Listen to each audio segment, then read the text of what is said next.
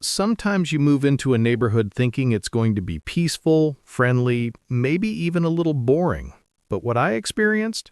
It was nothing short of a war zone. Not the kind with bullets and bombs, but the kind with petty power plays, HOA politics, police visits, and one neighbor who just couldn't keep her nose out of my life.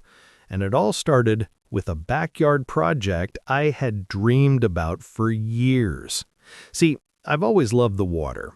Growing up, my family could never afford a pool, but I swore that one day when I had my own place, I'd build one. So after years of overtime shifts, saving every spare dollar, and doing side jobs on weekends, I finally made it happen. But I didn't stop at the pool. Oh no! I went all out. I added a stone deck, a built-in barbecue with a smoker, and even a little bar counter with stools. It wasn't just a pool anymore, it was a backyard oasis. My safe place, my reward, my sanctuary. The contractors finished in early summer. The first time I stepped outside and saw the water shimmering under the sunlight with the smell of fresh wood and stone still lingering in the air, I felt proud. I sat down on one of the new lounge chairs, closed my eyes, and thought, finally, I made it. But little did I know, someone else was already making plans for it. Her name was Linda. She lived 2 houses down, and if you asked anybody in the neighborhood about her, they'd roll their eyes before answering. Linda wasn't just nosy. She was controlling, the kind of woman who thought the world revolved around her. If your grass was too long, she'd send an HOA complaint. If your car was parked an inch too close to the curb, she'd report it. And God forbid you put your trash can out an hour early. And the thing about Linda, she didn't just believe she was right, she believed she owned everyone else's business. The very first day she saw my backyard oasis, I could feel her eyes drilling into me from her upstairs window. She didn't even try to hide it. Arms crossed, lips tight, staring like a hawk. I thought nothing of it at first. Let her stare. It's my property, my money, my dream. But then she walked over while I was trimming some hedges. "Well," she said, in that sugary sweet voice fake people use when they're about to say something nasty, "see, the new pool is ready. Isn't that just wonderful for the community?" I straightened up, wiped the sweat from my forehead, and said, "Yeah, well, it's not really for the community, just for me. Built it with my own money." Her smile froze. She blinked once, twice. "Oh, but it would be such a shame not to share something so nice with your neighbors. I mean, the HOA could really make good use of it for gatherings." I laughed. Out loud. Couldn't help it. "Nope. Sorry, Linda. This isn't a community center. It's my backyard." Her eyes narrowed for a split second before she put the fake smile back on. "We'll see about that." And that was the first red flag. At the time, I brushed it off. I thought it was just another one of her petty comments, like the dozens of others she made about people's fences, cars, or paint colors. But I underestimated her. I didn't realize just how far Linda was willing to go. Because a week later, she tried to take it. But trust me when I say, what happened next was so outrageous, I thought I was living in some kind of reality TV show.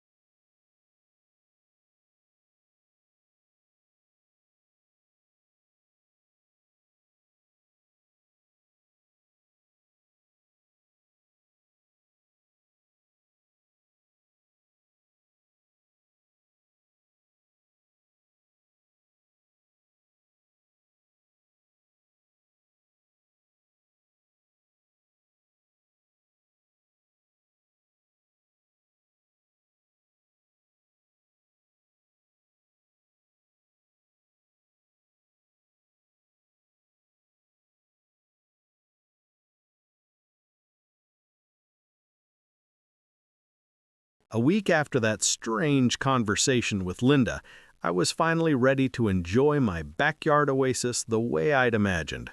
I'd just finished filling the pool, the sun was out, and I was sitting on the deck with a cold drink in my hand. The smell of grilled burgers from the new barbecue still lingered in the air. For the first time in months, I felt relaxed. And then I heard it. The unmistakable sound of flip-flops slapping against the pavement. Voices, laughter, the squeak of folding lawn chairs being dragged down the street. I frowned and leaned forward. That's when I saw her. Linda, marching like some kind of parade leader with at least 20 people trailing behind her.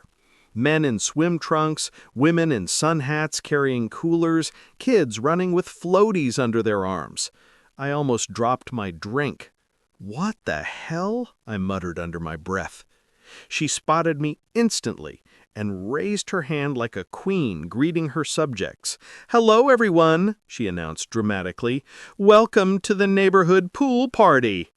I nearly choked. Pool party? Before I could say another word, the crowd started heading straight for my backyard gate. One kid ran ahead and grabbed the handle. Rattle, rattle, rattle. But instead of swinging open, it clanked loudly against the heavy steel chain and padlock I'd installed. Linda's smile faltered. She strutted up to the gate and tugged it herself. Nothing. Locked tight. Her head snapped toward me, her face twisting. "Why is this locked?" I leaned back in my chair, crossed my arms, and said calmly, "Because this is my property, and you're not invited." Gasps rippled through the crowd. A woman whispered, "Wait, isn't this the community pool?" Another man muttered, "She told us this was for everyone." Linda's face turned beet red. She whipped back to the crowd and shouted, "Don't listen to him! The HOA approved this! He's just being difficult!" I pulled out my phone, tapped the record button, and held it up. "Go ahead, Linda. Tell everyone again how you invited them to trespass on my property. Let's get that on video." The murmurs grew louder. A teenager laughed. Someone else said, "Wait, did she lie to us?" Linda's voice cracked as she shrieked, "No! This is our pool! Our neighborhood deserves this!" I stood and walked slowly toward the gate, speaking clearly so everyone could hear. "No, Linda, this is my pool, on my deed, paid for with my money. You don't get to just take it because you want to play queen of the neighborhood." The crowd shuffled uncomfortably. Some parents pulled their kids back. One man folded up his chair and muttered, "I'm not getting arrested for this." That's when Linda pulled out her phone. Her hand was shaking with rage. "Fine," she spat. "I'll call the police. We'll see who they believe." I smirked and said, "Please, do." And so she did. 20 minutes later, a patrol car rolled into the cul-de-sac. Neighbors peeked out from behind curtains. Some even came outside, curious. The officer stepped out, sunglasses on, posture calm. He walked up and said, "We got a report of someone blocking access to a public pool." Before I could respond, Linda jumped in. "Yes, officer, that's him. He locked the gate and won't let the community in. This is our pool." The officer frowned, turned to me and asked, "Sir, is this on your property?" Without a word, I handed him a folder I'd already prepared. The deed, the permits, everything. He flipped through the papers, nodded, then looked back at Linda. "Ma'am, this is private property. He has every right to keep it locked." Linda's jaw dropped. "No, you don't understand. The HOA rules say—" The officer cut her off. "Ma'am, HOA rules don't override property law. This pool belongs to him. If you and your guests try to force entry, it's trespassing." The crowd started murmuring again, louder this time. People shook their heads. One woman groaned, "Oh my God, Linda! You dragged us here for nothing!" The officer turned back to me. "You're good here. Just keep the gate locked." Then he fixed Linda with a hard stare. And you, ma'am, if I get another call like this, you might be the one facing charges." Linda's face went pale, then flushed crimson. She sputtered, pointing a trembling finger at me. "You'll regret this. You'll all regret this." And just like that, she stormed off, her guests trailing behind her, embarrassed and muttering about being duped. I stood there, arms crossed, heart pounding. And in that moment, I realized something chilling. This wasn't over. This was just the beginning. I thought locking the gate would be enough, but Linda wasn't just angry, she was obsessed. And the war that followed turned my quiet neighborhood into a battlefield.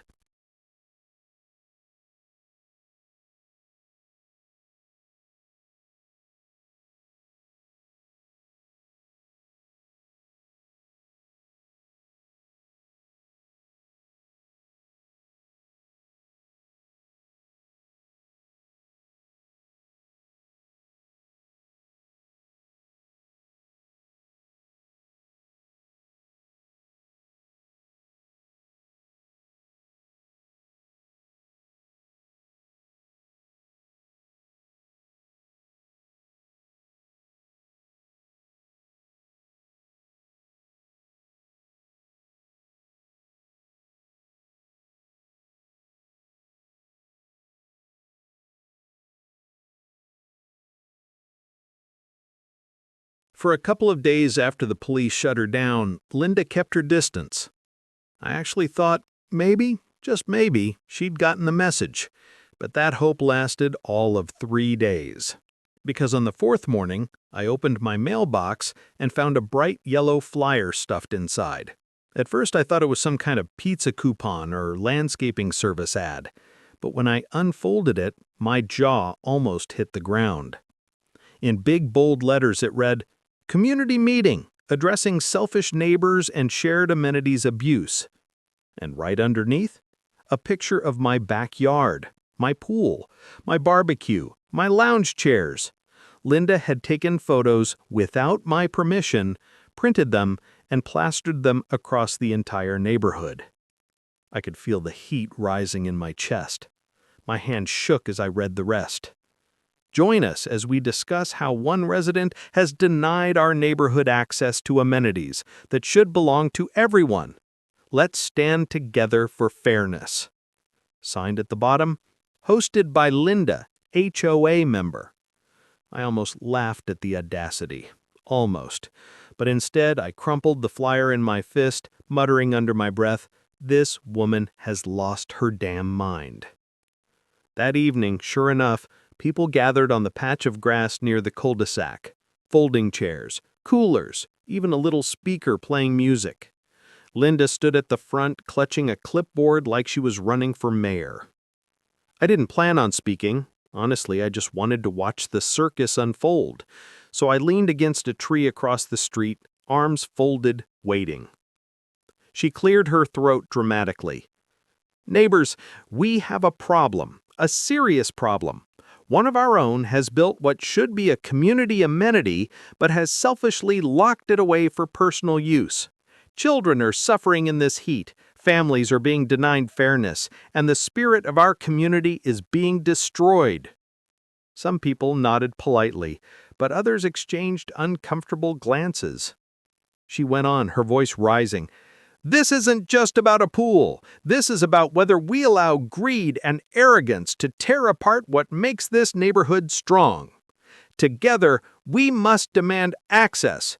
Together, we must make him understand he cannot deny us what is ours." I rolled my eyes so hard it hurt. Finally, a man named Dave, he lived 2 houses down, raised his hand. "Linda, wait. Isn't the pool actually on his private land?" She froze for half a beat, then forced a smile.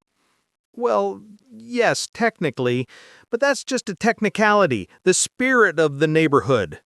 Dave cut her off, shaking his head. "Then it's his pool. End of story." A ripple of laughter ran through the crowd. Someone else whispered, "She's lost it." Linda's face went crimson. She jabbed her finger in my direction when she noticed me watching. "Don't laugh! He's orchestrating this! He's turning you against me!" I finally stepped forward, holding up a folder. "This," I opened it wide so everyone could see, "is my deed, my permits, my receipts. This is my land, my money, my pool. If I invite you, you're welcome. But Linda, she doesn't get to play hostess with something that doesn't belong to her." The crowd murmured again. A few even clapped. Linda's lip trembled. She tried to rally. "The HOA! The HOA will deal with this!" And with that she stormed away, clipboard shaking in her hand. Sure enough, 3 days later, I got a letter in the mail. A formal HOA complaint. It accused me of failing to disclose the construction of a neighborhood amenity and demanded that I open the pool to all dues-paying members. I laughed so hard I nearly dropped the envelope. But still, I wasn't taking chances. I scheduled a meeting with Martin, the HOA president. Martin was an older guy, calm and rational. When I sat in his office and handed him the paperwork, he sighed deeply. "I'm sorry you're dealing with this. Linda has been relentless." "Relentless?" I echoed. "She's unhinged." He nodded slowly. "She's filed half a dozen complaints in the last week. None of them hold water. This one won't either. I'll make sure of it. But brace yourself. People like Linda don't stop just because they're wrong." I left that meeting feeling equal parts relieved and uneasy. Relieved that the HOA president was on my side, but uneasy because I knew Linda wasn't going to give up. And I was right. That very evening, as the sun was setting and the pool lights flickered on, I saw flashing red and blue outside my gate. 2 police officers. And there was Linda standing with them, arms crossed triumphantly, like she'd finally caught me red-handed. I walked over calmly. "Evening, officers. What's the issue?" One of them said, "We got a report that you're illegally blocking access to a public pool." I could feel the blood rushing in my ears, but I kept my cool. I handed him the same folder I'd shown the HOA. "Private property, deed, permits, everything's in order." The officer flipped through the papers, nodded, and then turned to Linda with a stern look. "Ma'am, this is private property. He's within his rights." Linda's face twisted. "No, you don't understand. The HOA rules." The officer cut her off. "Ma'am, HOA rules do not override the law.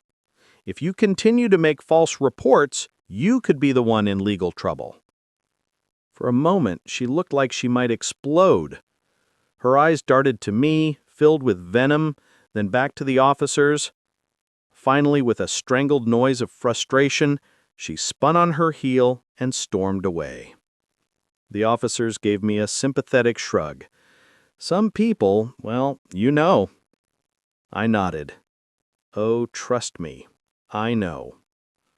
And as their car pulled away, I leaned against the fence, staring into the shimmering water of my pool. My sanctuary was safe. For now. But deep down, I knew this was only the beginning. Linda wasn't just angry. She was humiliated. And humiliation like that, it always comes back, louder.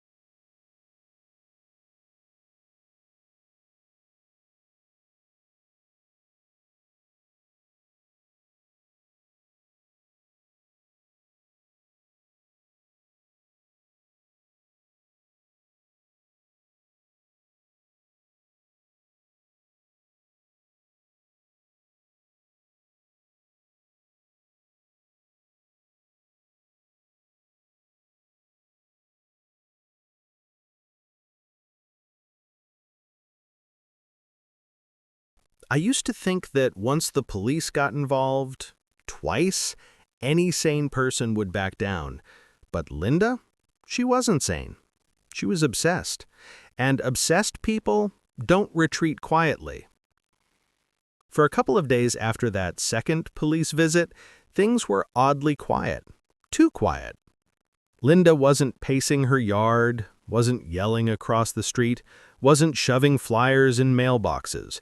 Instead, her blinds were drawn tight, and her car barely moved from the driveway. At first I thought maybe she was finally embarrassed. Maybe the humiliation had sunk in. But in my gut, I knew better. She wasn't backing off. She was planning. The proof came one night around 2 a.m. I was half asleep when my phone buzzed. It was the motion alert from my security cameras. Groggy, I opened the app, and my heart almost stopped. There she was, Linda, dressed in black, creeping across my lawn like some cartoon burglar. She moved slowly, looking over her shoulder, then grabbed the gate and rattled it hard. When it wouldn't open, she started climbing. Her foot slipped. She tumbled backwards into the bushes, scrambled up, and limped back across the street. I just sat there in bed, staring at the video, equal parts angry and stunned. This woman has lost her damn mind, I whispered to myself. The next morning, I printed a still from the footage. Linda, caught mid-fall, arms flailing. I taped it to her mailbox with 3 words written across the top. Smile for the cameras. By 9 a.m., it was gone, and when she passed me later that day, her face was pale, her eyes wide with panic. She knew I had her. But instead of stopping, she doubled down. The neighborhood started to split. At barbecues and mailboxes, you'd hear whispers. Did you hear about Linda trying to break into his yard? Yeah, but she says he's the problem. Honestly, I think she's gone too far. Well, she told me he's being selfish, keeping it all to himself. Some neighbors laughed about it openly. Kids even made up a chant, locked out, every time Linda walked by. I almost felt bad. Almost. But others, her loyal little circle of gossipers, kept defending her. They'd walk past my fence, shooting me dirty looks, muttering things like, "It's just a pool, why can't you share?" And that's when it hit me. This wasn't just a fight over water and concrete anymore.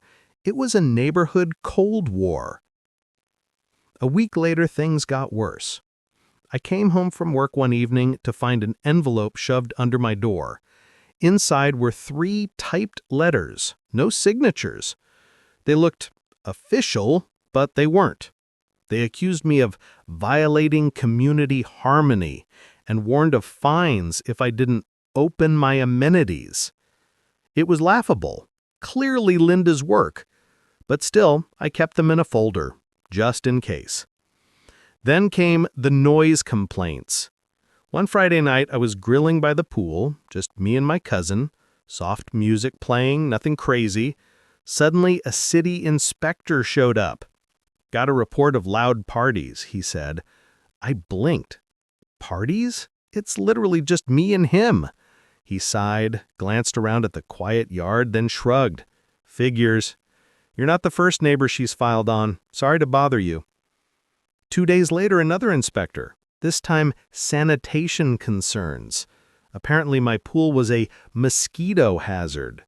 The man leaned over, looked at the sparkling blue water, and actually laughed. This is the cleanest pool I've seen all week. I thanked him, but inside, I was boiling. Linda wasn't just annoying me anymore, she was weaponizing the system, using every trip, every loophole just to make my life miserable. The breaking point came when she organized a community protest. I kid you not.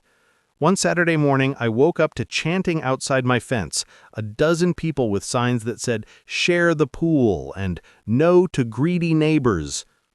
I stared through the slats of the gate, equal parts furious and amused. Linda marched at the front like a general, barking orders, holding a megaphone she clearly bought just for this. This is our neighborhood. We deserve fairness. But then, oh sweet justice, someone from the crowd shouted back, "Didn't you get the sheriff called on you twice already?" The laughter that followed was brutal. Some protesters dropped their signs and left immediately. Others just shook their heads and muttered. Within an hour, the whole thing fizzled out, leaving Linda red-faced and screaming at the empty street. I thought maybe that would finally break her. But the look she gave me later that evening, standing on her porch, arms crossed, eyes burning like coals, no, she wasn't done. She was just getting started. And I was right, because what Linda did next, that crossed a line so far, it turned the entire neighborhood upside down and nearly landed her in handcuffs.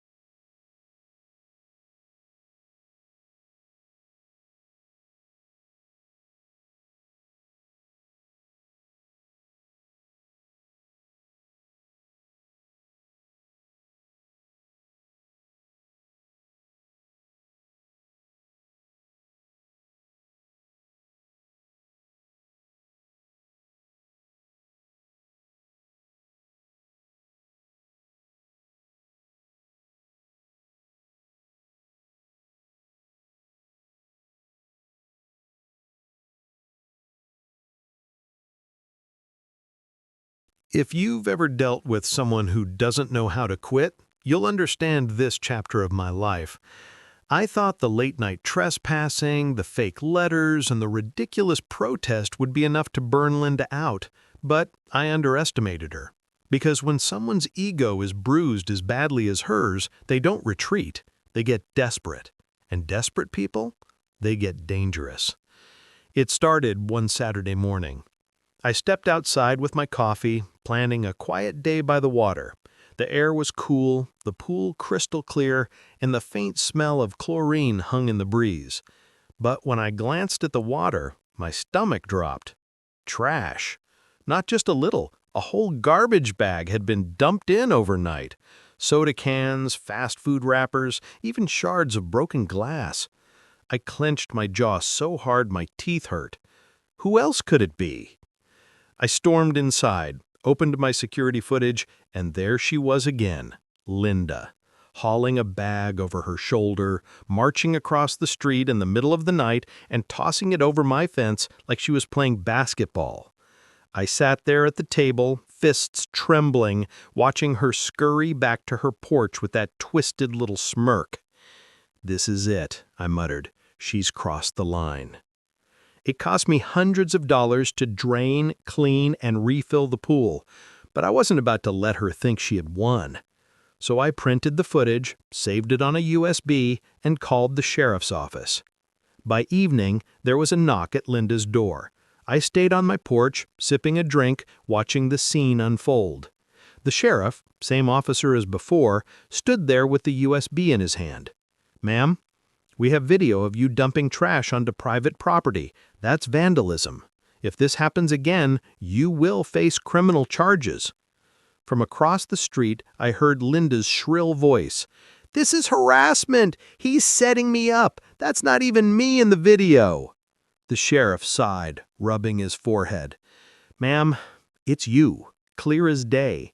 You're lucky he didn't press charges this time, but if you keep this up, I'll have no choice." Her door slammed so hard the glass rattled in its frame. I couldn't help but smirk.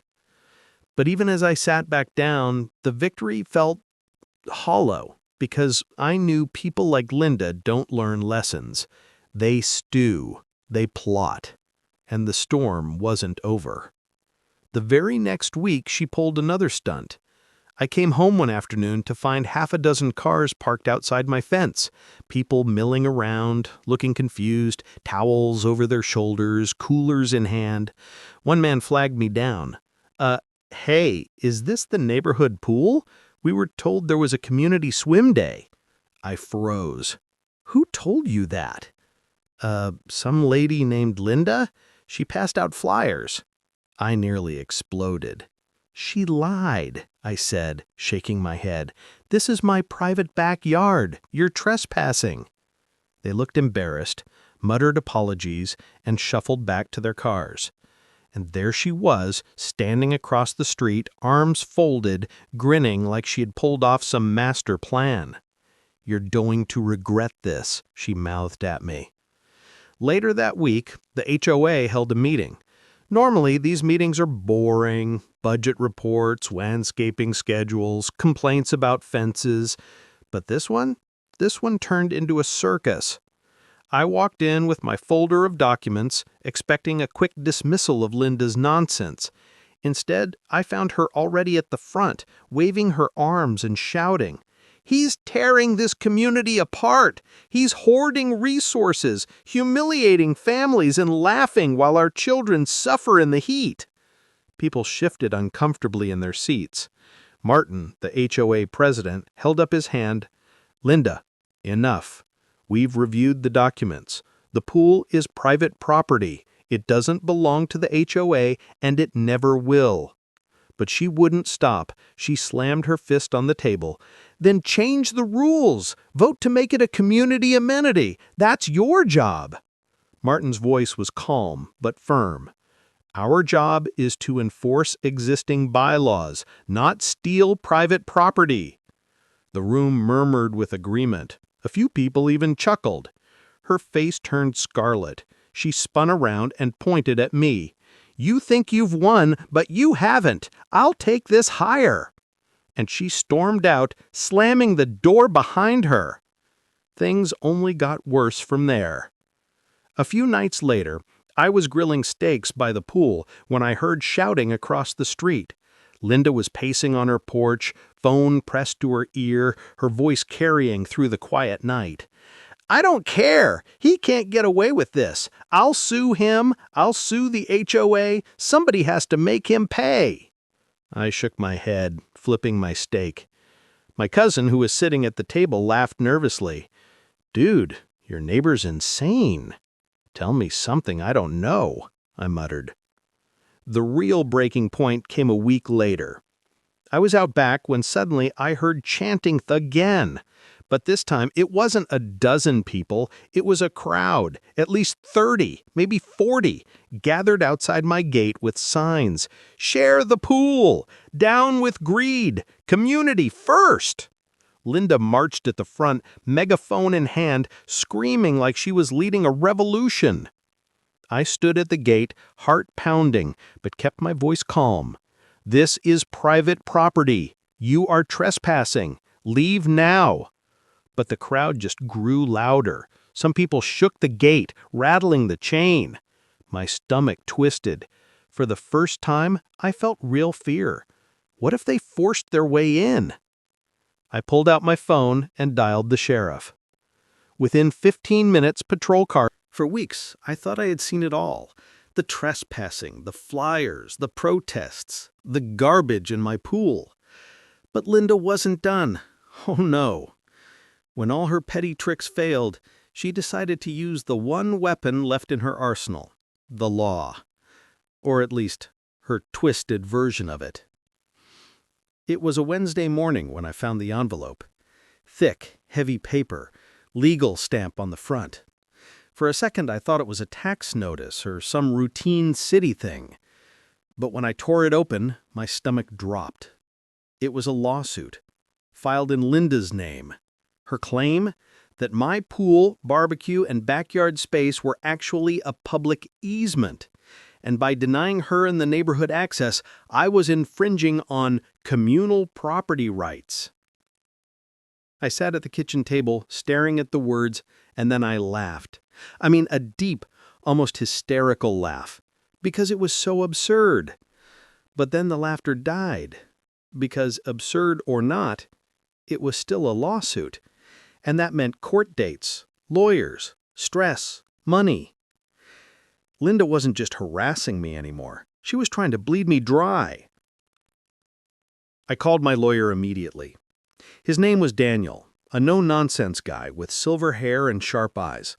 I explained everything, slid the papers across his desk, and waited. He read silently for a minute. Then he smirked. "This is garbage." "I'd tell him something I don't know," I muttered. He tapped the papers with his pen. "Don't worry, these kinds of frivolous suits pop up all the time. Judges hate them. With the deed and permits, this won't stand for 5 minutes." "Still," I said, rubbing my temples. "She dragged me here. That's the point. She wants to waste my time and money." Daniel leaned back, crossing his arms.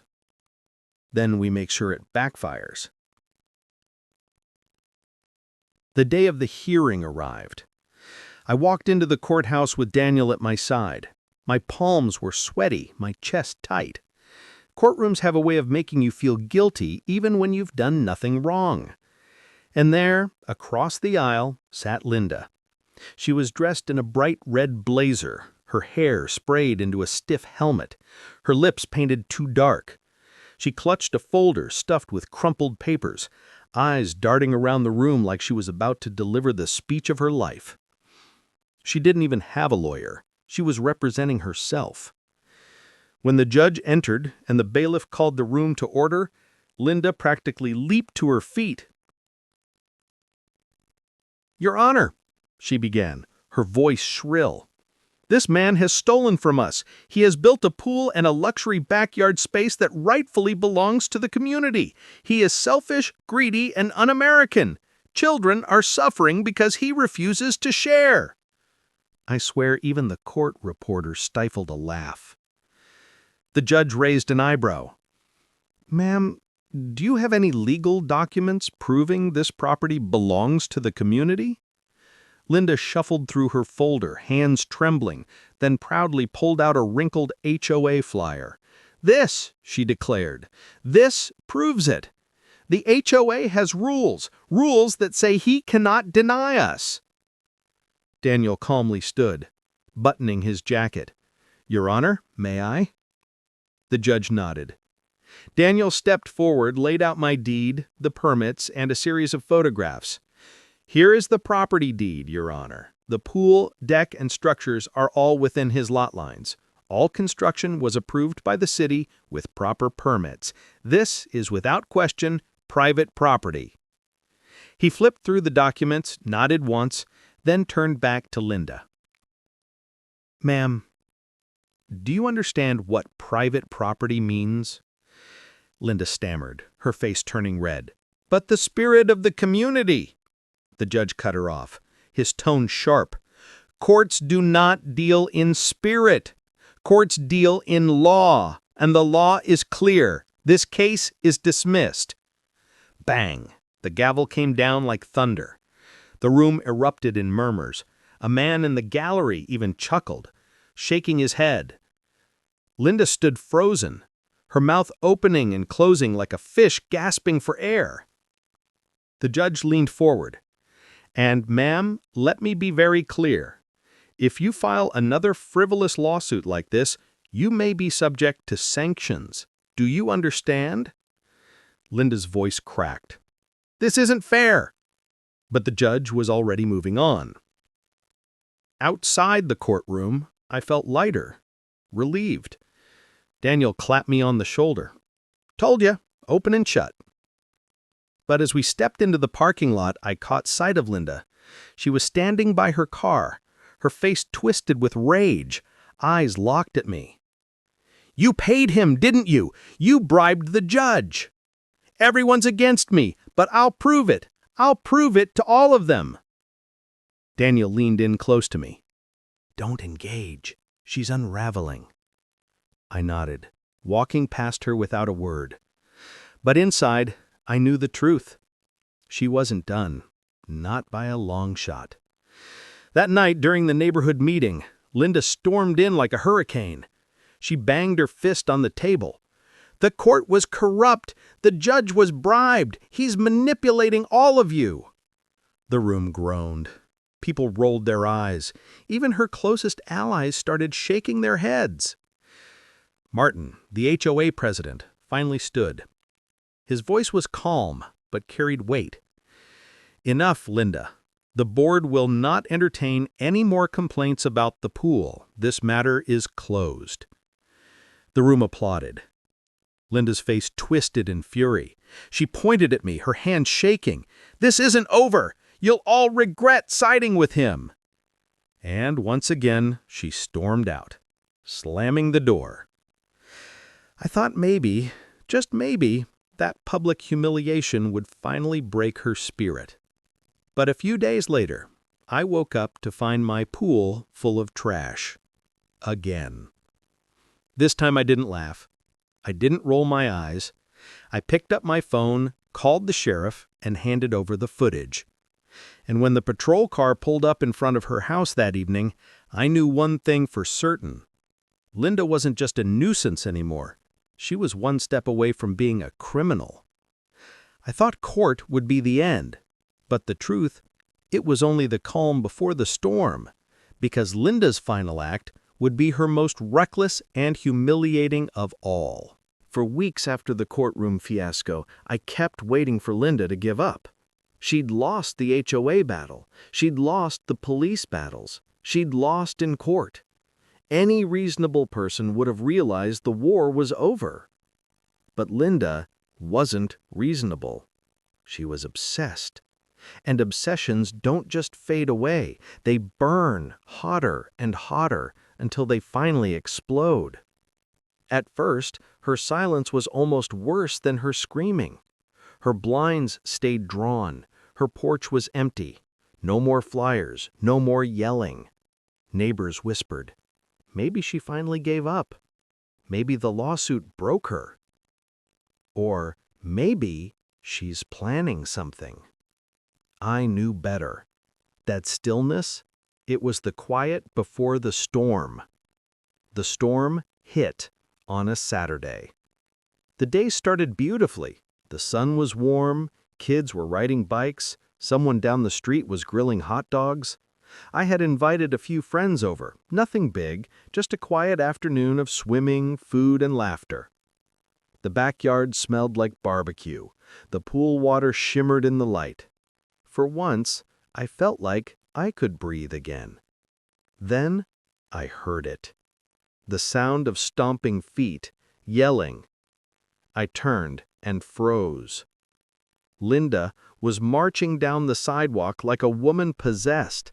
No entourage this time, no flyers, no fake smiles, just her, hair wild, face red, eyes blazing with fury.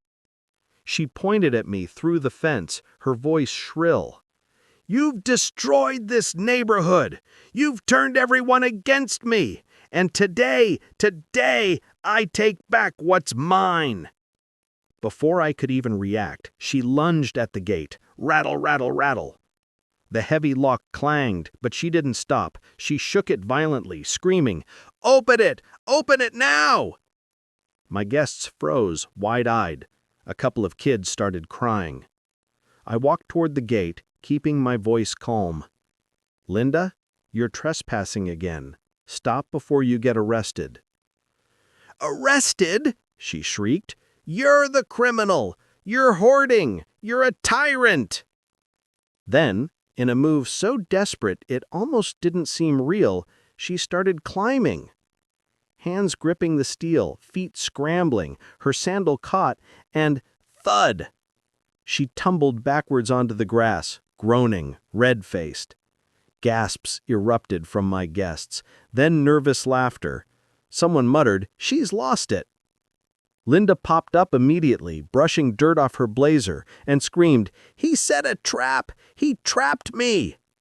Phones were out now. Everyone was recording. And then, as if fate itself was watching, a patrol car rolled slowly into the cul-de-sac. The sheriff stepped out, same officer, same tired look. He took one glance at Linda, wild hair, grass stains on her clothes, screaming at a locked gate, and sighed. "Ma'am, this is it, your last warning. If you step foot on this property again, you will be arrested. Do you understand me?" Linda's voice cracked. But, He's lying! This pool belongs to all of us!" The sheriff shook his head. "Ma'am, everyone here has seen enough. The videos, the complaints, the court case, it's over. Go home." For the first time since this whole feud began, Linda froze. Her eyes darted around, desperate for support. But all she saw were neighbors, phones raised, recording her humiliation. Not a single sympathetic face in the crowd. Not one. Her mouth opened, then closed. Her shoulders slumped. And without another word, she stormed back across the street, slamming her door so hard the windows rattled. The sheriff turned to me, gave a small smile, and said, "Enjoy your day." And just like that, the tension melted. My friends clapped me on the back, kids laughed, music started playing again. The war was finally over. Later that evening, as the sun dipped low and the sky turned orange, I sat by the pool in silence. I thought about everything that had happened, the protests, the lawsuits, the shouting matches, the sleepless nights, and all of it over a pool. But deep down, I knew it wasn't about water or fences or property lines. It was about pride, entitlement, control. Linda couldn't stand the idea that she didn't run the neighborhood, that someone dared to say no to her. And in trying to take what wasn't hers, she lost everything: her credibility, her allies, her reputation. Now, when neighbors pass her house, they don't listen to her gossip anymore. They don't nod along to her rants. They shake their heads, roll their eyes, and move on. She wanted to be the queen of the neighborhood. Instead, she became the punchline. I leaned back, staring at the still water of the pool, and realized something. Sometimes in life, the hardest battles aren't fought with fists or guns. They're fought with patience, with boundaries, with the simple act of standing your ground. I never screamed. I never threatened. I never stooped to her level. I just locked the gate. And in the end, that was enough. If there's one thing I learned, it's this: entitlement screams loudest when it's losing. People like Linda thrive on control, on fear, on making others bend. But when you hold the line, calmly, firmly, without backing down, they unravel.